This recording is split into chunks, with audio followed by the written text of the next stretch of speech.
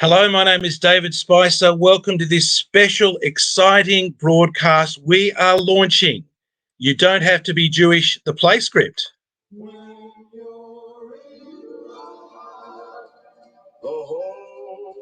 With our studio orchestra.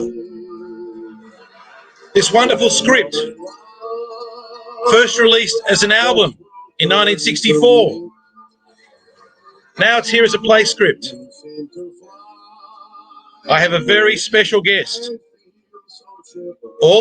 Joining me all the way from California, Mr. Bob Booker. Bob, welcome to our studio. Pleasure to be here. And bravo for joining us on this broadcast, and bravo for all your achievements. And I'm excited to speak to you from San Francisco. I'm here in Sydney. My name is David Spicer. I'm the publisher of You Don't Have to Be Jewish, the play script. So, Bob, bravo. I'm the lighting director. Bob is the lighting director. Now, it was, of course, it was broadcast. It was first broadcast, You Don't Have to Be Jewish, before man was on the moon, and in 1964. So, Bob, take us back a little bit to the time. Of course, You Don't Have to Be Jewish is now a performance edition, and it's going to be on this week in Australia, in Sydney, at the Emmanuel Synagogue. The final three productions, performances. You can book tickets at emmanuel.org or at David Spicer or at the bonditheatrecompany.com.au. But Bob, take us back a little bit to 1964 when you first released the album. Well, first of all, let me say what a pleasure it is that this is now playing in Australia. And I know it's been sold in Australia as an album before, but as a live show, this is the first time. And I'm so excited about that because we've been all over America with it, and the audiences have been nice. But to have it in another country, and particularly Australia, which is my wife Barbara, and that's our favorite place to visit. Now we're visiting with product we did on record. How many years ago is it's 62? 60 years. You were 5 years of age then. So take us back to the time. What made it such a hit? Why did you strike a chord? I moved to New York from Miami in the late 50s. And actually, I went to New York because I figured that was the Mecca, the place to be with television. It was just everything was TV, and I figured with a career I could go there and be a big hit. And actually, I ended up starving for the first year. So I spent 1 year in New York, in which I did one show for my agents, which I dumped. Anyway, I did an album about the Kennedys. It was called The First Family, and we got really lucky with it because it was the biggest selling album in the history of the record business, and it also was the fastest selling. And is the Grammy behind you, Bob? The Grammy is behind you, is it? Yes, it is. Oh, it's wonderful! Actually on the wall, and so much of it is all over the place. But that was in 1962, and most people today have not heard it. You figure out how many, you can do the math on it, how many years you'd have to have spent to see it. Anyway, thing was a big hit. We were very lucky, and we wanted to do a second album, and I wanted to do nothing political, nothing about Kennedy, because unfortunately he had passed away. So we sat, we thought, and we said, Jewish humor is fantastic. Hundreds of years of it. Let's put it together and let's do it for the Gentiles of the world, because you don't have to be Jewish to love these wonderful stories that come from the history of Jews in humor, in our country and most of the world. It's funny, we researched back as far as beyond Sholem Aleichem and hundreds and hundreds of years, and actually found along the way jokes that people like Milton Berle and Jerry Lewis were doing today. They were, Fantastic. they were stealing the same old jokes that we were, but we put them together with the cast and Lou Jacoby, Jack Guilford, and a few people, and they really scored big with it too. Big enough for Ed Sullivan to have given us a gold bagel instead of a gold album at the end of our appearance on the show. That's the cast of the show. That's Lou Jacoby over there on the right. If you can see. Anyway, Sullivan loved it. He aired it. It sold more albums for us. That's pretty much it. And the first Jewish thing worked so well that we ended up doing a sequel, a second. When You're in Love, the Whole World is Jewish. That's the two of them together on the left there. And then we did two more after that. And I did 22 albums, all comedy, all with a cast and a live audience. No recorded soundtracks. Live people sitting in chairs laughing. We're very proud of that. I hate those laugh machines. Anyway, they're all real laughter. Fantastic. It became, when I set out to have a career in television, and I ended up having one in the record business. So I called it my hobby. Hobby. There's a sketch in that. There's a sketch. Yeah, There's a sketch. it's one of the sketches. Well, look, we're so excited and honoured to perform it in Australia for the first time. It's taken a while to get here, since 1964. Our next performance is in the beautiful Emmanuel Synagogue on the 15th, 18th and 19th of November, after our hugely successful production at the Bondi Pavilion.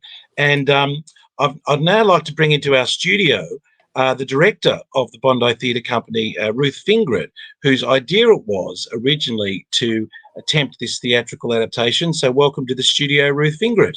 Hello there. Hi, Ruth. How are you? I'm good. How are you, Bob? Thank you very much for directing this. Oh, it's been a pleasure. Every moment of it. Because David himself needs direction, and so does the show, and you've done a beautiful job with it. Oh, I'm pleased to say he takes direction well. Well, we haven't revealed that secret yet. But so Ruth, why did you fall in love with the album, and what's it meant for you?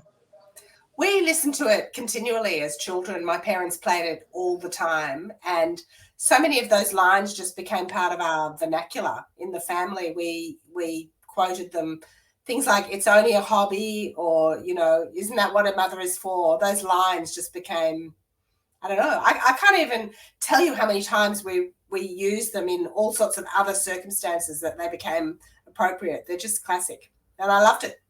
I loved it. How nice. It's very sweet. So let's have a look at. Oh, sorry, Ruth. No, I was going to say, I also thought it would be a commercial success. I thought a community show like that would attract an audience. And we've had both Jewish and non-Jewish people come along and enjoy it, which has been wonderful. So tell me this. What was David doing in 1962? In 1962, I was not even a twinkle in my father's eye. I was not born yet. But so how did you steal? I mean, how did you get an album in the first place? I certainly didn't get a first edition. As you know, it's been around for a while. Let's have a look at some of the pictures from the Bondi Theatre Company production. Here they are. And look, beautiful picture here of the last song, "When You're in Love, the Whole World is Jewish." Great cast. Look, you'll notice on the left, there's somebody he's wearing the same top as me. But so what happened is that 8 days out from opening night, there was an SOS, and I had to join the cast. I had to learn it very quickly, which was very scary. But I had great director. So and the main thing is that Ruth Fingret gave me all the best lines. Right. So I've got all the best gags. So let's have a look at some of the pictures from the show. That's Irving, the 142nd fastest gun in the West. That actually became a single record too, and a top 10 chart song here in America. This is a Can You Believe? We've got beautiful dancers. Sure. James and Andrea, they for the wedding song, and they're lovely actors and singers. This is Voyage to the Bottom of the Sea. Very popular. You staged that too, right? Yeah, we staged that too. That's great. That's a difficult one to stage. Now, tell me, can you pick this scene? Can you pick this sketch? Wow. What a group. The Reading of the Will. Oh, you know that's a favorite of mine. And you were in it as well, right? Well, as I've just told you, it was in my contract that if I was going to appear in the show the last minute, I had to have the best jokes. Right.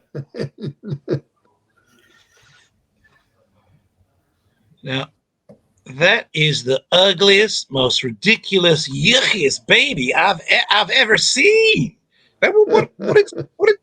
What inspired this sketch, Bob? Pardon? I'm sorry. What this sketch in the airline where the airline passenger is so rude to this poor mother? Can you remember what inspired it? No, I don't know exactly. I know versions of it have been done.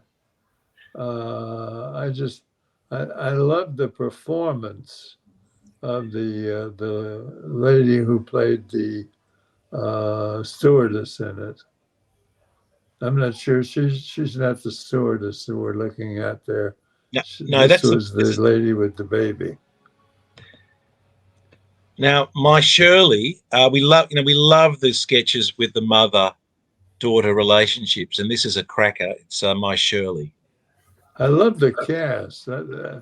I'm sure everyone there is a highly recognized Australian actor or actress, or they wouldn't be in the show, right? Because you're 100%. You're 100% right, Bob, or 100% wrong. One of the two. but it's really it's an outstanding cast, which it takes, you know. And this is the Gypsy that we love. That's a oldie but a goodie. That's one of my favorites too. Can you pick what sketch this is, Bob? This is the diamond. Close. The luncheon. Plotnik diamond? No. This is the luncheon. Yes, this is the luncheon, and yep. Right, the luncheon. Yep, and this is the jury.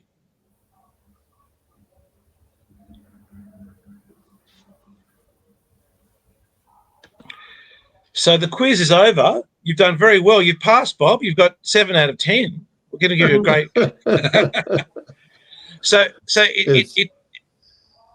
It's been a lot of years of memory for me. Yeah, I'll tell you the funniest thing.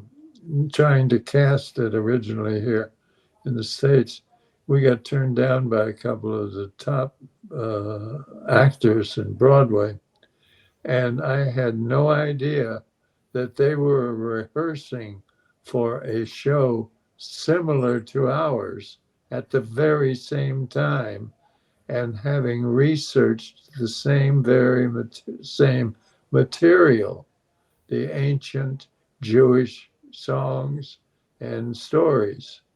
And that became Fiddler on the Roof. And it was being done at the exact same time that we were doing ours, which was a lighter version of Fiddler on the Roof.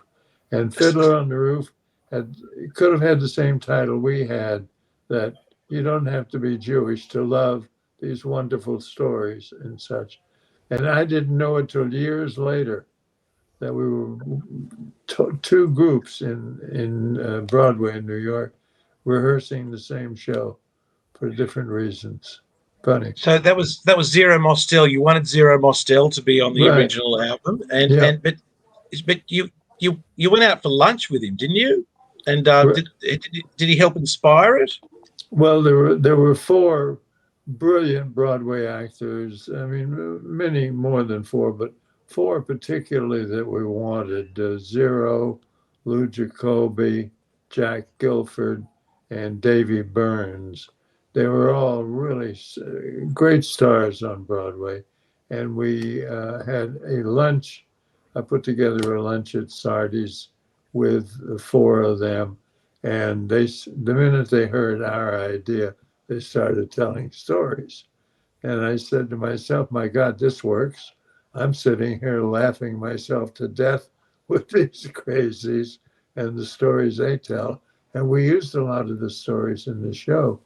But we lost Zero for the Fiddler on the Roof. Right, Killer. Sorry. Mm-hmm. Fiddler on the Roof. We lost him, and then Guilford came with us. Jacoby came with us, and Davy Burns had another show. He was usually with Carol Channing. And Channing did not have much of a memory for Broadway, so they used to hire Davy Burns to sit behind her and read the lines to her. Isn't that funny? I shouldn't tell that. It's fascinating talking to you, Bob. Now we've published the script, all 15,000 copies are personally autographed. I know I'm a slave driver, and you autographed every one. I sent it to California, and it came all the way back. You're a gem. You're a gem to do all those autographs. And this can be purchased at my website, davidspicer.com.au, or at Book Nook Performing Arts Company. We want people to perform it all over the world now that it's published. And of course, we've got our major production coming up in November 15, 18, and 19 at the beautiful Emmanuel Synagogue. Ruth, you got any last questions for Bob Booker? I really think that the fact that you did this is absolutely stupendous. That's dedication. That's believing in something and really putting your money where your mouth is. It's that simple, David. I congratulate you and thank you for it too. Bob, you should be congratulated because there are so many people who just love this material, and I've received text messages from people who've seen the show. One of them saying thank you for bringing all those memories back. I mean, you should be really proud. You touched a chord in so many people's, childhood. And well, that's sweet of you. Yeah, it's true. And I'm giving you a. It's funny how many people I've run into who said, I'm too young to have bought that, but I remember my grandfather playing your album all the time, and they knew the jokes. Yeah. Because so many families were playing the album in their house. They were driving the kids nuts with the jokes. It's funny. A lot of years. Well, thank you, Bob, and congratulations also for working out how to do this technology and joining us on this broadcast. I mean, you're 192 years of age. It's brilliant what you've been able to achieve.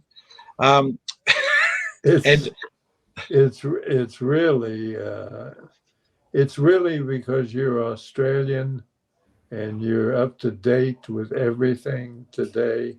You've got a beautiful theater, fantastic set of performers, and I hope a lot of people sitting in the chairs. Thank you. All the best and our love from Sydney to all the way to California. And if anybody wants to see the live performance, they can check out Manual Synagogue next week. My pleasure. Thank you, David. Bye, Bob. Bye, Ruth. Thanks so much for the direction. Direct him now. My pleasure. Somewhere.